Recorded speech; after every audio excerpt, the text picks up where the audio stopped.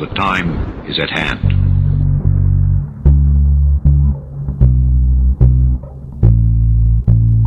From the land between the crackheads in Williamson, West Virginia, you are in dark places.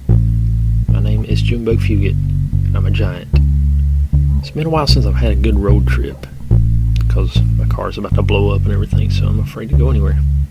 Jimmy Haunted came up with this cool little idea of having a road trip into the unknown on the show back in 2022.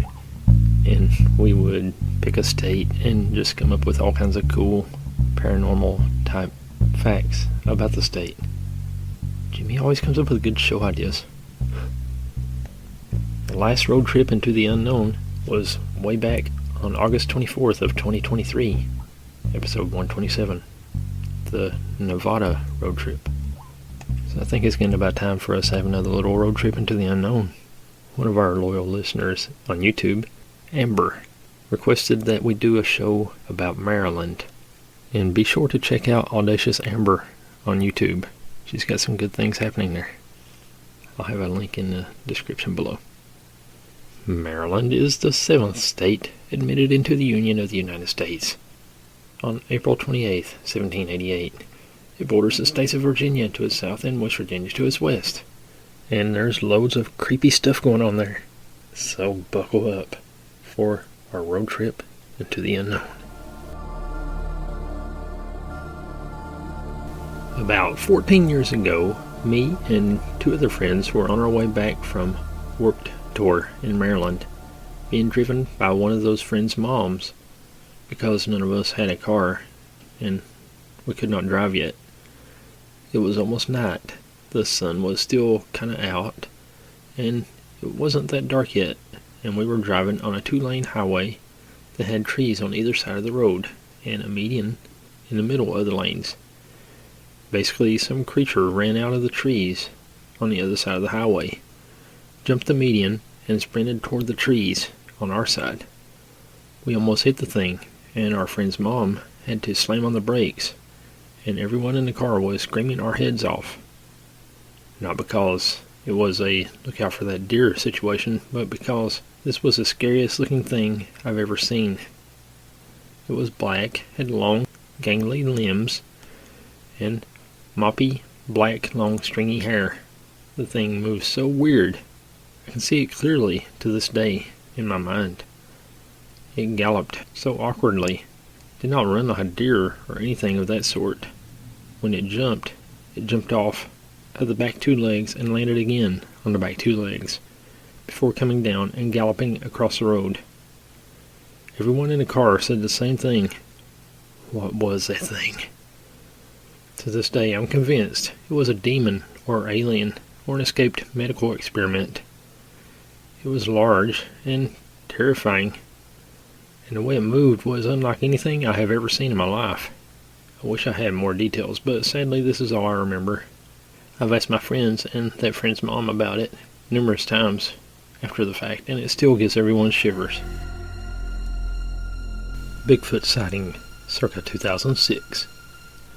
This past Thursday, and this was also 7 years ago, I attended the wake of a schoolmate of mine who was a grade below me. At the wake I saw many classmates who I had not seen in almost a decade. We reminisced about happier times and good memories. We all attended a small all-boys private school, and every spring we would go on a camping trip with our class, a few teachers, and some parents. They are really some of my happiest, clearest memories from that time. In the spring of 2006, my 6th grade class went on our annual camping trip to a site not too far from the Mason-Dixon line on the Pennsylvania and Maryland border. Since I was young, my grasp on geography was not the best, but I believe it was in Washington County. It was hardly deep wilderness, but secluded enough to be a clean, peaceful place to camp. The game manhunt was very popular at my school. For those unfamiliar with manhunt, it's essentially reverse tag. There are a few players who are it, and they hide, and the not it group has to track them down, and then chase them down and tag them. Our teachers were very into the idea of letting students take responsible risks and gave us a large area to roam during the game. When it was my turn to be it, I wanted to be the absolute best. I really trekked out as far into the woods as I could go, quietly without using my flashlight. At the time, I was a Boy Scout and I lived in a rural area, so I was experienced in the woods and very good at moving silently.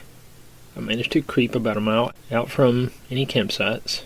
I picked a spot in the brush line of the edge of a fire clearing, so I will be able to observe the group hunting for me and move accordingly.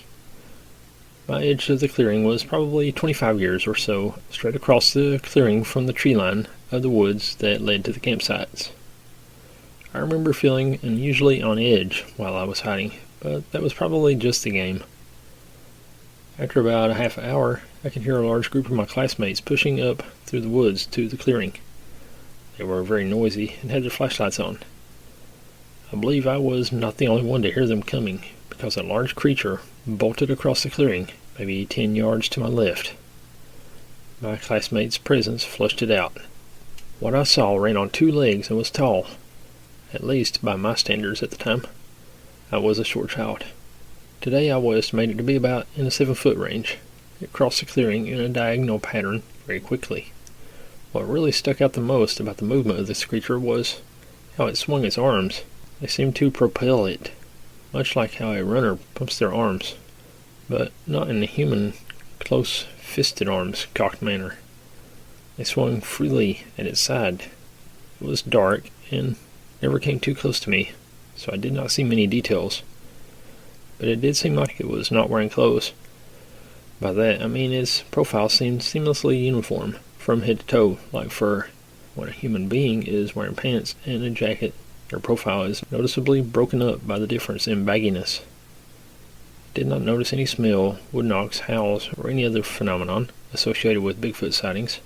I cannot really explain what I saw as anything other than Bigfoot, or a human who was up to something weird and decided to flee the area. Ghost stories were told on this trip, so I was a little scared while I was out there. But since this was western Maryland, there were tales of the Blair Witch, not of Bigfoot. So the paranoid part of my brain was focused on not being disemboweled by a satanic creature. Bigfoot was the last thing on my mind that night. I never felt as if I was in any danger. Whatever it was seemed more scared of humans than I was of it. I have never been ashamed to say that I believe I saw a Bigfoot. I have always been very open about telling people about what I think I saw. I never collected any evidence of what I saw, so I would never claim anything for certain, but I figured I should share my experience for anyone curious about East Coast sightings. And I'm glad you did. The Saxville Monster by Bill Roden. Thanks, Bill. Carroll County, Maryland.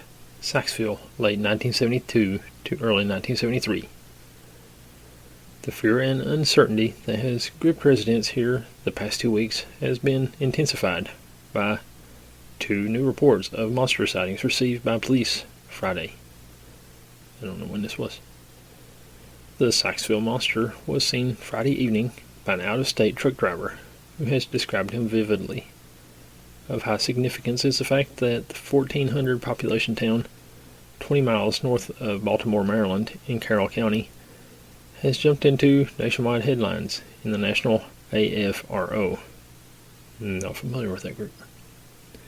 And other news media, following the Baltimore Zoo Assistant Director, Dr. Ted Roth, called to say that he went to Saxville and determined the footprint is a large human foot with fallen arches. He said he would report after he takes another trip to Saxville to determine what the balance of the body may be. A Baltimore scientific research firm is also in Saxville checking AFRO callers from educators to the man on the street are on their way to the small town. According to the truck driver, who requested anonymity, so let's respect his wishes. The it stood approximately 7 to 8 feet tall and appeared to be dark brown in color. Could have been a man on stilts, he said. The driver stated that whatever it was seemed to be caked with mud from the waist down. Although he was unable to pinpoint the exact location of the sighting, the driver said it appeared to be sitting down. According to the driver, the thing, which was evidently minding its own business, stood, turned around, and sensing danger, dashed into the woods. As a result of the AFRO story Friday, an investigating organization, Odyssey Scientific Research, Baltimore, is on the scene.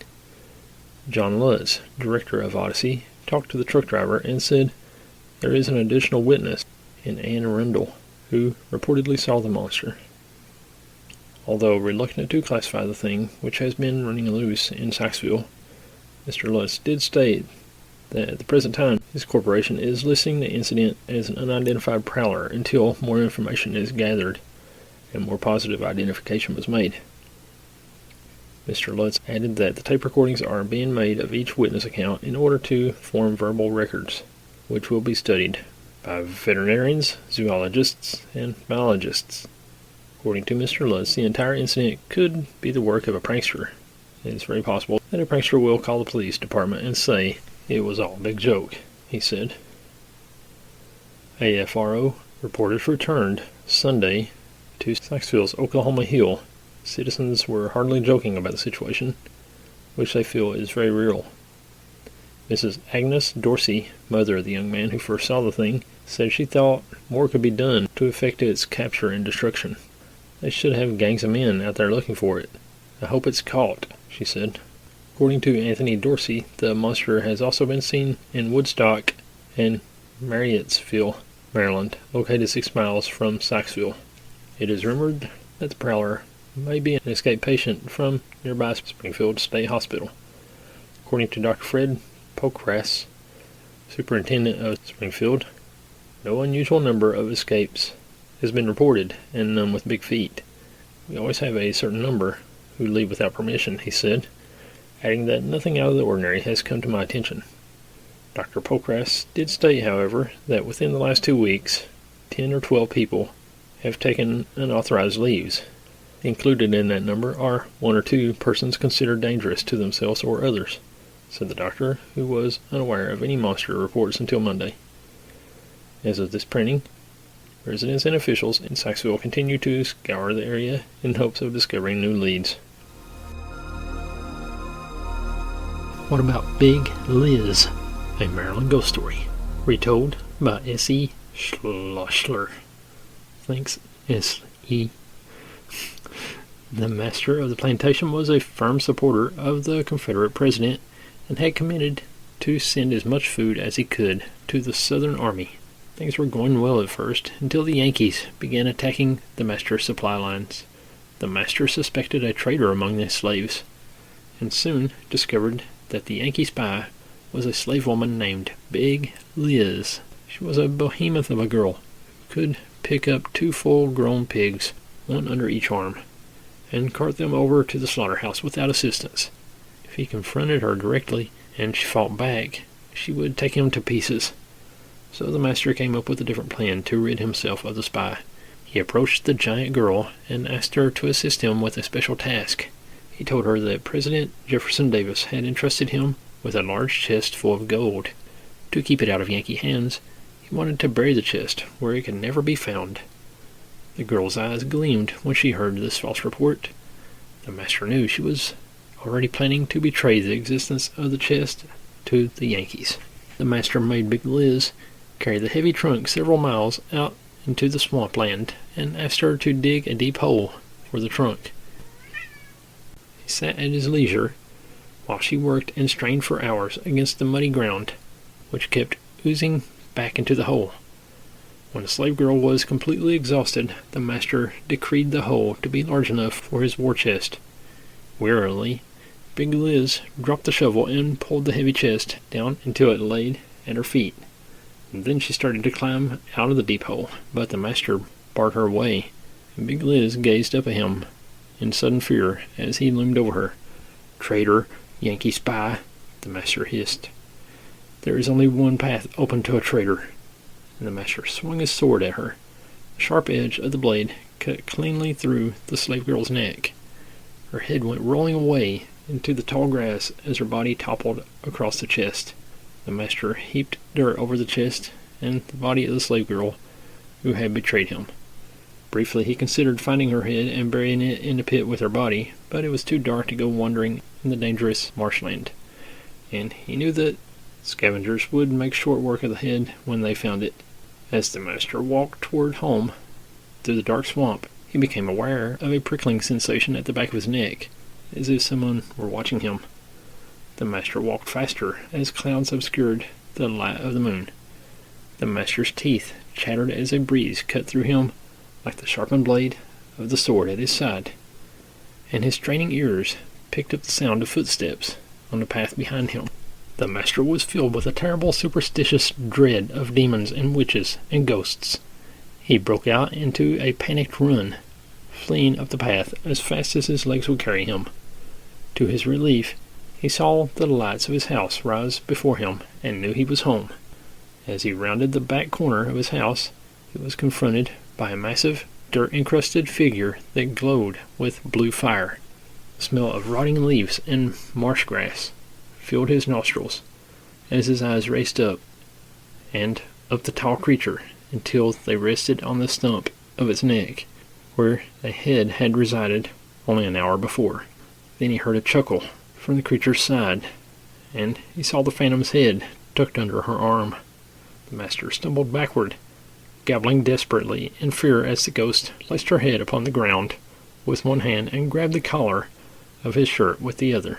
The murdered slave girl snapped the master's neck in two and dropped his dead body to the ground beneath his bedroom window. Then Big Liz gathered up her severed head and vanished into the darkness. They say that on the anniversary of her death, the ghost of Big Liz still may be seen roaming the swamplands near her old home. Anyone foolish enough to walk near her grave will be driven away by the phantom, which to this day still defends the place where the Confederate chest is buried.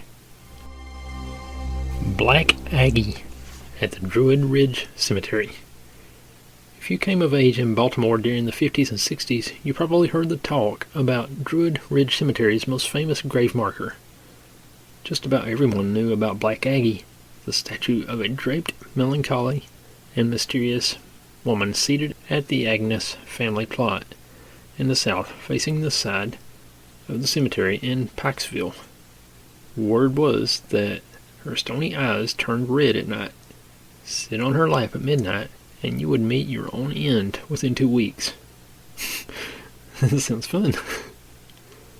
In those days, the cemetery was lightly guarded. Teens, often fueled by beer and bravado, traveled to Druid Ridge at night to test the rumor. It was terrifying, exhilarating, and the stuff of Baltimore urban legends for years. By 1967, she was gone, but where? The Black Aggie saga began near Lafayette Square, across from the White House in 1885. Marianne Clover Adams lived there. She was a celebrated socialite, hostess, and one of the country's earliest portrait photographers. At the time, though, she was thoroughly despondent about the death of her father. She ended her life by drinking chemicals from her photography developing supplies. Her husband, Henry Adams, the great-grandson of President John Adams and the grandson of President John Quincy Adams, was grief-stricken. He commissioned one of the world's most celebrated sculptors, Augustus St. Gaudens, to create a gravesite memorial in Rock Creek Cemetery. The statue, though never officially named, was often called Grief or simply the Adams Memorial. The figure, a seated and draped woman, evoked a particular feeling of mystery and gloom, so much so that it became a popular tourist attraction, even though Adams tried to shield the view with trees and shrubbery. Despite many requests, he refused to allow copies of the statue to be made. However, a sculptor named Edward L.A. Posh managed to do so. Meanwhile, Baltimorean Felix Agnes purchased a family plot in Druid Ridge Cemetery. Agnes had led an illicit life, a native of France. He was a world traveler, veteran of several wars, including the American Civil War. A silver craftsman at Tiffany & Company, and a Baltimore newspaper publisher. He purchased Posh's copy of the Adams Memorial for the plot and built a pedestal similar to the original. Augustus St. Gaudens's widow was incensed, though Agnes insisted that he was the unwitting customer of an unscrupulous art dealer. The statue remained in Druid Ridge Cemetery. He and his wife Annie are buried in the plot, along with his mother. Soon after their deaths, the whispers around Baltimore evolved. Pay Aggie a visit after dark, look her in the eye, and be struck blind. Pregnant women were warned to stay far, far away. Sit in her lap at midnight, and death lurks around the corner. People visited anyway, almost nightly. It was a Baltimore rite of passage, and often a fraternity initiation drill. The nocturnal crowds, notoriety, and resulting vandalism were too much for the Agnes family descendants. They quietly donated the statue to the Smithsonian Institution in 1967. The museum had little interest in displaying her, though. She was placed in storage and quietly forgotten, at least by her D.C. caretakers. Not so in Baltimore, where Aggie's legend never died away. In 1996, Sarah Turjung, a Baltimore-based reporter, discovered that she had been quietly on display since 1987 in a somewhat out-of-the-way courtyard of the National Courts building. Ironically, the final location is on the east side of Lafayette Square, the same neighborhood where Marion Clover Adams took her life in 1885. To this day, people in Baltimore reminisce about her clandestine nights at Druid Ridge Cemetery.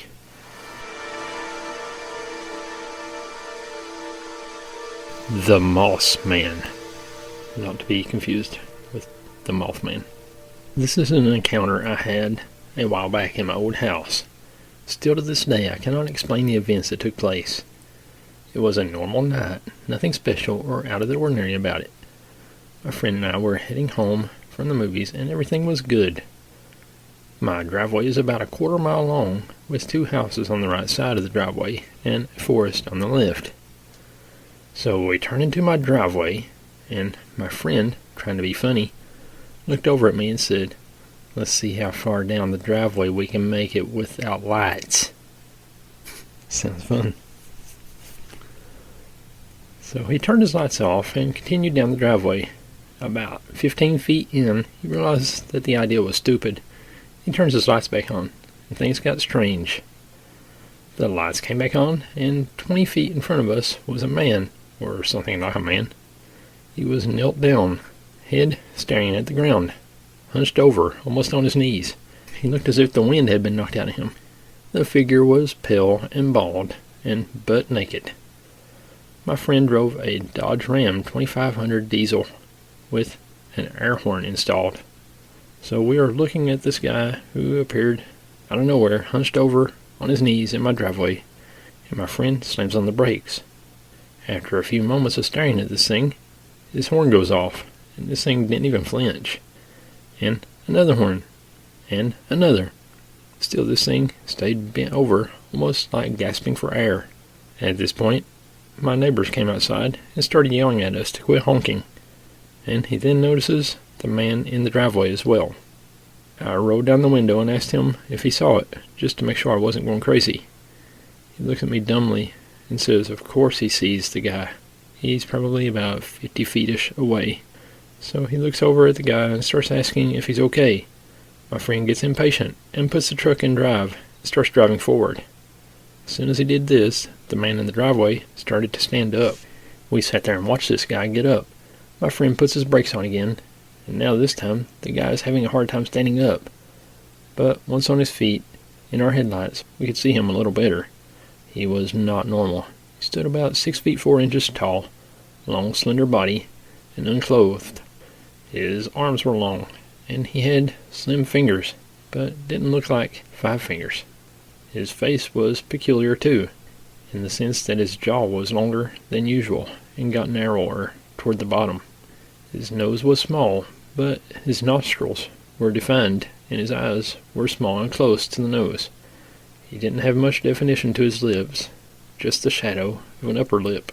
The reason we later deemed him Moss Man was because all over his pale body was little green blotches everywhere, like patches of moss almost. So, as he gets to his feet, the figure stands tall and stumbles a little bit before walking toward the car. My neighbor at the time started to walk over and was telling him he was trespassing. The man didn't care too much about my neighbor, but seemed bothered by the truck and ended up stumbling his way back into the woods. When my neighbor got about halfway from his house to my driveway, my neighbor thought he was a hobo, but we were close enough to the thing to know it wasn't a human, or at least not a normal one. We never saw it again in the 12 years I lived there.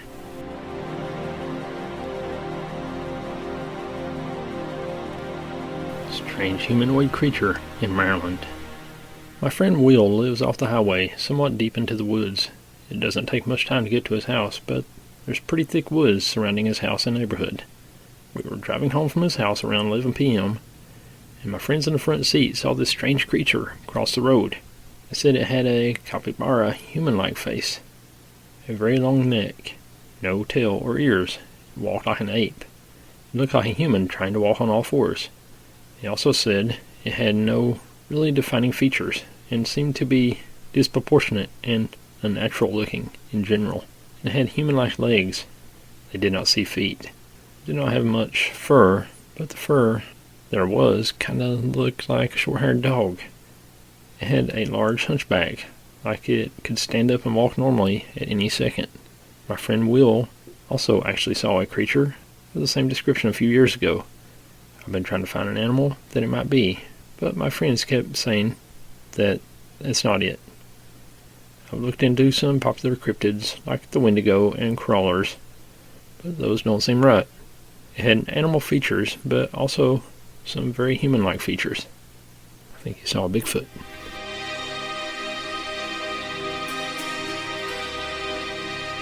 There is something truly sinister in the woods of Maryland. I never believed in monsters, witches, or any of that nonsense, but if any of those things are real, then what drove us out of the house me and my girlfriend were happy in? If there is no such thing as a malevolent, unseen horror, then what did I see in those woods that have now been abandoned by God and all that is holy? Me and my girlfriend had just graduated college and had to face the Hercules task of looking for a place to live with student debt and no job. My parents weren't really around to give us shelter, and I would rather be homeless than to live with my girlfriend's Karen of a mother and her whipped dog of a father.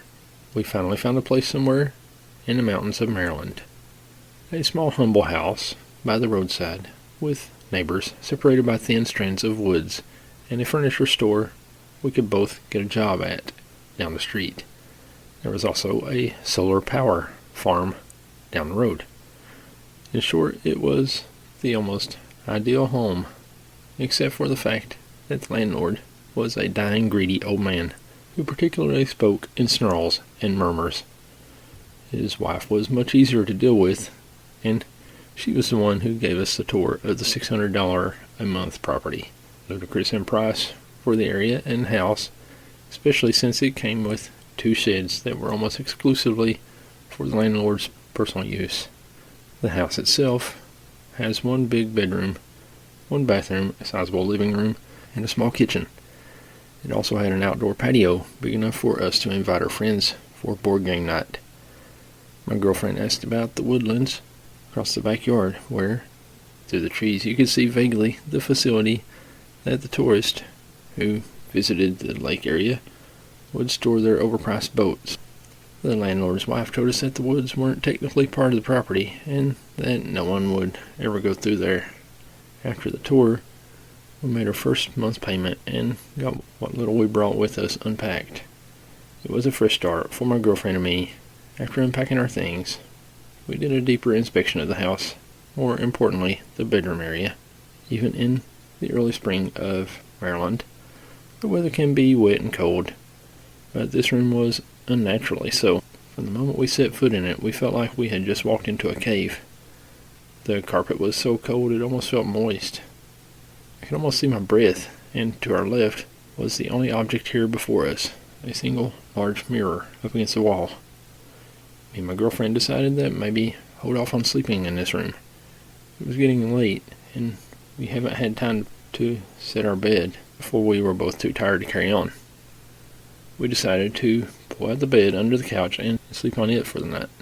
This place was the furthest from our dream home, but it was cozy. We finally had a place of our own, and I couldn't wait to explore the woods outside. I woke up around 4 a.m. with horrid sleep paralysis. My gaze was fixated on the curtains, where I saw a figure through the moonlit white veil. It was tall, and even though I couldn't make out more than a shadowy vestige, I knew as real as the fear in my heart. It was watching me. The stalemate continued until I could see a thin hint of blue dawn light, and the shadow seemed to disappear completely. Free from my sleep paralysis, I decided to fall back asleep until my heart stopped pounding.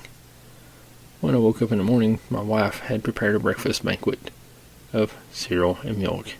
I thought it was his girlfriend. We planned to go across the street after and talk to the furniture store owner about employment. I opened the white curtains to a beautiful morning with front row view of the rising sun gracing the trees. I could tell I was just anxious about being in a new home, and this place really was our little slice of paradise, at least during the day. We went over to the store and met the shop owner, a welcoming lady in glasses and a ponytail. She couldn't have been older than 25, seeming rather young for a shopkeeper. Lucky for us, she was desperate for workers and practically hired us on the spot. She gave us the paperwork to fill out, and we went through the formalities of exchanging employment information.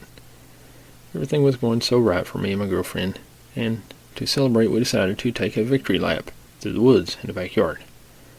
It wasn't part of the property, so my girl was a little concerned about walking through there, but I assured her nothing would happen, and if the four strangers found out, they would simply tell us the area was private and turn us around. After getting her to agree, we marched into the Green Sea. I wish we had never walked into that godforsaken place. When we traversed the thin trees that lay on the edge of the woods, we entered a small opening of bushes. It was almost like the forest had a natural gate leading into it. When we walked through those gates, we found out that it wasn't natural at all. The inside of the grove area was large and spacious, with 2 bonfire areas on each end of the clearing. I don't think we should be here, my wife said, with a bit of concern in her voice. I was almost ready to believe she was right, but stranger was the actually woodland area. We passed through the other side of the grove, and what we saw defied explanation. In the center of the area was a large tree, bigger than any of the others. The troubling thing about it was the fact that the bottom of the tree looked burned and charred. It was strange, as there was no other evidence that there had ever been a fire in the area. We looked around and saw branches and sticks woven together through the trees to create a fencing area. It was like whoever was here before us was trying to build a fortress or some kind of natural cathedral. We took a closer look at the burnt tree, and some small sigils and runes carved around the tree. It even had slashes that looked like someone was attacking it with a machete. I don't like this place. I'm going back inside. She turned to walk back in, and I looked up on top of the tree to see a murder of crows that almost seemed to be staring directly down at me. I followed suit and went inside with my wife. When we went in, we finished unpacking and even got our bed set up in the bedroom before another mundane day in our new house concluded. That night I woke up again, this time not to the feeling of something staring at me through the window, but staring at me through the mirror. There was a shadow in the mirror.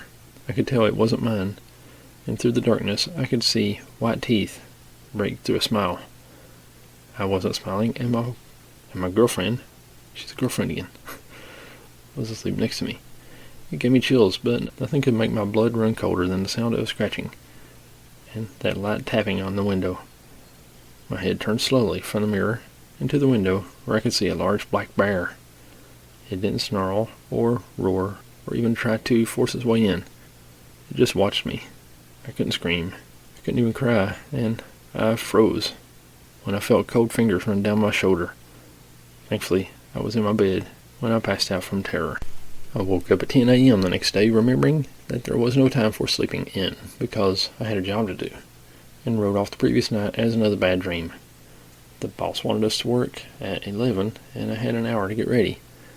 The job was but a 60-second stroll down the road, but I still like long hot showers. It was then I realized something was off about the water. It was almost slimy and turned the curtains orange with rust. My landlord said it was because the well our water comes from has high amounts of iron, but I still don't want to be in there that long. I got out of the shower, got dressed, and we made our way to our first day on the job. Her job was simple customer service and some front desk work. I, on the other hand, had the job of assembling furniture and making deliveries to the lake resort area. 8 hours later, me and my wife clocked out and made our way home. Just as we were about to cross our front yard, the setting sun betrayed something neither of us noticed before. By some of the trees were small jars. We thought it was the neighbor, but when we picked up and opened one of the jars, we found some strange things in it. It had leaves, brown and dead. It also had trinkets and gems, and the last item was a piece of paper with a sigil that seemed to be written in something the color of brown dried blood. It was the same sigils we found on the tree. Honey, can we find a different house? We didn't have the money to move again, but I wasn't totally on line with her. The markings, the shadows, the natural unexplained forest. None of this made sense. That night would be the last night we would spend in a house. I woke up one last time to the sound of low droning coming from the woods outside. It sounded like chanting. Instead of being paralyzed, I walked, overwhelmed with concern and curiosity, outside into the foggy night and into the darkest woods. From the grove area, I could see the large burnt tree with a small fire under it, and surrounding this tree were two men half naked, dancing and chanting around the burning tree. What was this, some kind of cult in the woods? That's when, riding on the back of a bear, was a shaman dressed head to toe in voodoo-looking attire, his flesh painted in blood with strange patterns, and he adorned skull fetishes and talismans. He had jagged blood-stained teeth and razor-sharp claws, and wore a crown of deer antlers. That was no human being, I will tell you right now. I swear he looked right at me, and the two men stopped their dancing to look at me as well, with their white, dead, lifeless eyes. I turned and ran straight into the house, and to the toilet, where I vomited the past 3 days' worth of fear and concern into the toilet. Honey, are you okay? It was my girlfriend. We need to get out of here, now. Her safety was my number one priority, and I didn't want her anywhere near those maniacs in the woods. On the way to a motel, I explained everything to her, about the shadows, and what I saw in the woods. I could see why she would be skeptical, but she knew I wasn't lying. I never lied to her about anything, and she could see my fear was real. We still have our furniture store job, and we only go back to the house to pick up our things during the day. We live with her mom and father now, and yeah, she is a Karen, but I will take some nagging over being sick with fear any day. And I don't hike in the woods of Maryland anymore. And that's about all the show this week. Thanks again, Audacious Amber, for requesting this fun little topic. If you'd like to request a show topic, you can send an email to indarkplacespod@hotmail.com. Thanks for listening. I appreciate you. We'll see you again right here next week. God bless.